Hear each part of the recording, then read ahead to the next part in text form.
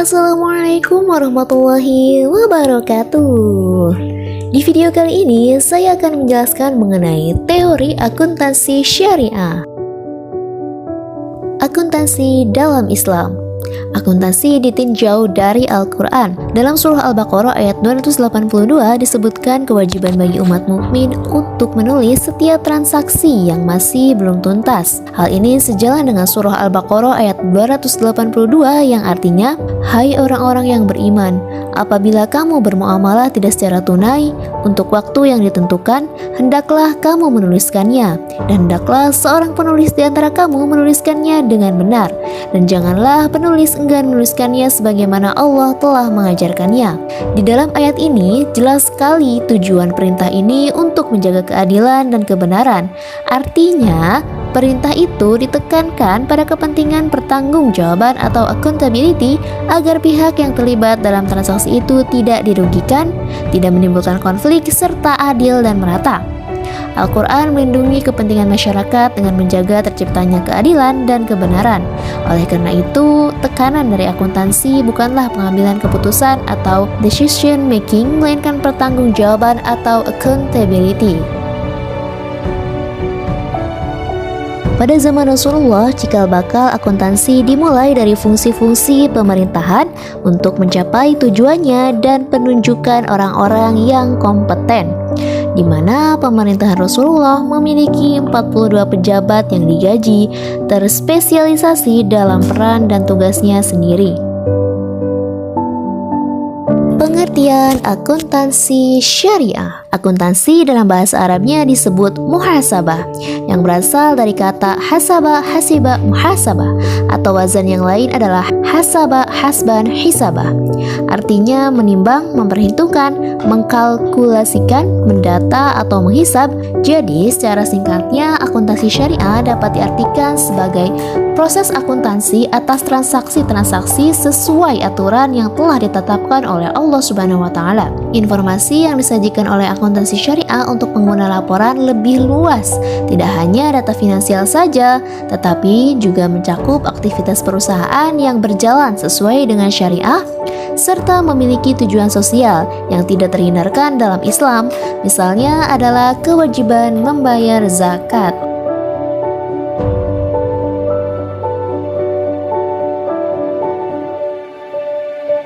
Selanjutnya adalah tujuan akuntansi syariah. Secara umum, tujuan akuntansi syariah mencakup yang pertama, membantu mencapai keadilan sosioekonomi atau al-falah, dan yang kedua adalah mengenal sepenuhnya kewajiban kepada Tuhan, masyarakat, individu sehubungan dengan pihak yang terkait pada aktivitas ekonomi, yaitu akuntan, auditor, manajer, pemilik, pemerintah, dan sebagainya sebagai bentuk ibadah.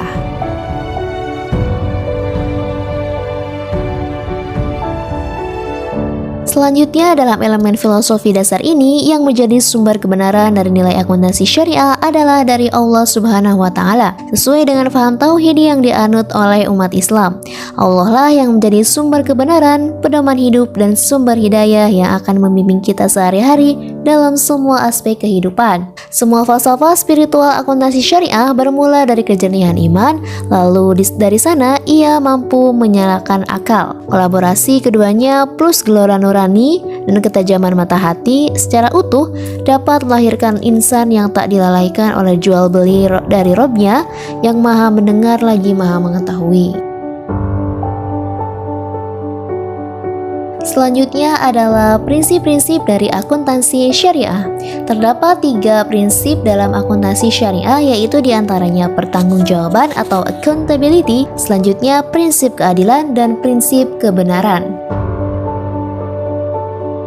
Accountability. Implikasi dalam bisnis dan akuntansi adalah bahwa individu yang terlibat dalam praktik bisnis harus selalu melakukan pertanggungjawaban apa yang telah diamanatkan dan diperbuat kepada pihak-pihak yang terkait. Yang kedua ada prinsip keadilan. Secara sederhana dapat berarti bahwa setiap transaksi yang dengan kata lain tidak ada window dressing dalam praktik akuntansi perusahaan.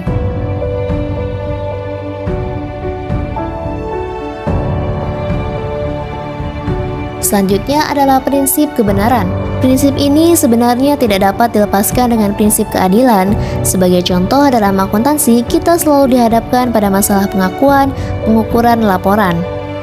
Aktivitas ini akan dapat dilakukan dengan baik apabila dilandaskan pada nilai kebenaran. Kebenaran ini akan dapat menciptakan nilai keadilan dalam mengakui, mengukur, dan melaporkan transaksi-transaksi dalam ekonomi. Selanjutnya adalah ciri-ciri dari akuntansi syariah. Terdapat beberapa ciri akuntansi syariah berdasarkan pada Al-Quran yang telah dijelaskan pada konsep akuntansi dan prinsip-prinsip akuntansi syariah. Maka dapat disimpulkan bahwa ciri-ciri dari akuntansi syariah adalah sebagai berikut. Yang pertama, dilaporkan secara benar. Yang kedua, cepat dalam pelaporannya. Yang ketiga, dibuat oleh ahlinya. Selanjutnya, yang keempat adalah terarah, jelas, tegas, dan informatif.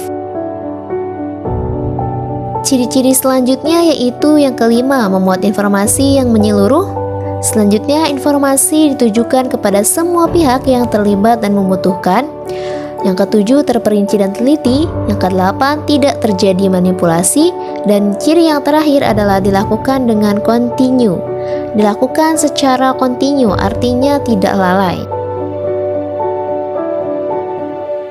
Nilai-nilai akuntansi syariah. Nilai utama yang melekat dalam diri akuntansi modern adalah nilai egoistik dan materialistis. Bila informasi yang dihasilkan oleh akuntansi egoistik dikonsumsi oleh para pengguna, maka dapat dipastikan bahwa pengguna tadi akan berpikir dan mengambil keputusan yang bersifat egoistik pula. Bagi kalangan masyarakat muslim, Tuhan menjadi tujuan akhir dan menjadi tujuan puncak kehidupan manusia. Maka akuntansi syariah hadir untuk melakukan dekonstruksi terhadap akuntansi modern. Melalui epistemologi berpasangan, akuntansi syariah berusaha memberikan kontribusi bagi akuntansi sebagai instrumen bisnis sekaligus menunjang penemuan hakikat diri dan tujuan hidup manusia.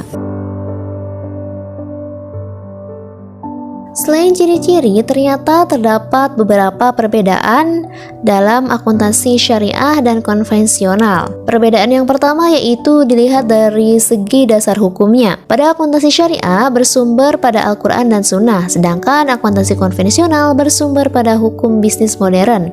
Selanjutnya dari segi tujuan, akuntansi syariah bertujuan untuk memiliki keuntungan yang wajar, sedangkan akuntansi konvensional bertujuan untuk memaksimalkan keuntungan. Selanjutnya dari segi orientasi, akuntansi syariah berorientasi pada kemasyarakatan, sedangkan akuntansi konvensional berorientasi pada individu atau kepada pemilik atau investor.